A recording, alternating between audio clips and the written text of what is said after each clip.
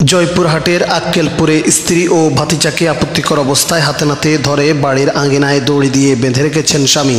শনিবার 19 এপ্রিল সকালে উপজেলার গোপীনাথপুর ইউনিয়নের একটি গ্রামে এই ঘটনা ঘটে।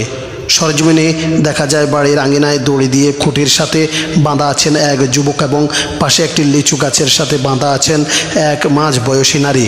তাদের দেখতে ভিড় করে এলাকার নারী ও পুরুষরা। জানা গেছে, শনিবার সকালে প্রতিদিনের মতো ভ্যান নিয়ে যাত্রী পরিবহনে বের হয়ে যান ওই নারীর স্বামী। এ সময় মহিলাটির স্বামী লক্ষ্য করে তার ব্যবহৃত ঔষধ তথা ইনহেলার তার সাথে নেই, ভুল করে বাড়িতে ফেলে এসেছেন। ওষুধটি নিতে এসে পুনরায় বাড়িতে ফিরে গেলে তার শয়ন ঘরের মধ্যে আপত্তিকর অবস্থায় অসামাজিক কাজে লিপ্ত তার স্ত্রী ও ভাতিজাকে দেখতে পান।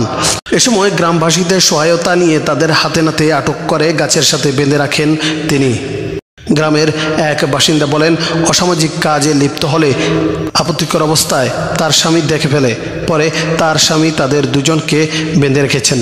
অভিযুক্ত ওই নারীর স্বামী বলেন, আমি ভ্যান চালক, সকালে ভ্যান নিয়ে বের হয়ে ভুল করে বাড়িতে ফেলে আসা ওষুধ নিতে গিয়ে দেখি আমার ভাতিজার সাথে আমার স্ত্রী আপত্তিকর অবস্থায় আছেন। তখন তাদের ধরে ফেলে। আগে থেকেই তাদের মধ্যে পরকীয়া সম্পর্ক ছিল। আজ প্রমাণসহ হাতে নাতে তাদের আটক করেছি। ওই নারীর বাবা বলেন, খবর পেয়ে এসে দেখি আমার মেয়েকে লিচু গাছের সাথে বেঁধে রাখা হয়েছে।